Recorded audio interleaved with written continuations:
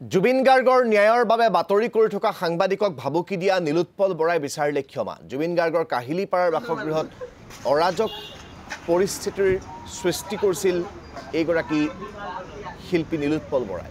দিছপুৰ আৰক্ষী থানাত ৰুজু হোৱা গোচৰৰ বাবে 6 ঘণ্টা জেৰাৰ সন্মুখীন হোৱা শিল্পী নীলোৎপলে 4 পৃষ্ঠাজোৰা ক্ষমা বিচাৰি নিজৰ ভুল স্বীকাৰ কৰি আগলৈ এনে ভুল নকৰাৰ প্ৰতিশ্ৰুতি প্ৰদান কৰাত যাবলৈ দিয়া হয় থানাৰ পৰা।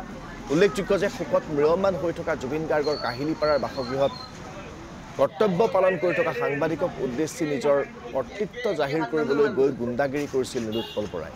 জুবিন গাৰ্গৰ ন্যায়ৰ বাবে প্ৰতিটো মুহূৰ্তৰ খবৰ দি অহা সাংবাদিক ভিডিঅ' জাৰ্নেলিষ্টক উদ্দেশ্যি কটু মন্তব্য কৰিছিল আৰু উচতনি দিছিল বিভিন্নজনক এইগৰাকী নীলোৎপল বৰাই।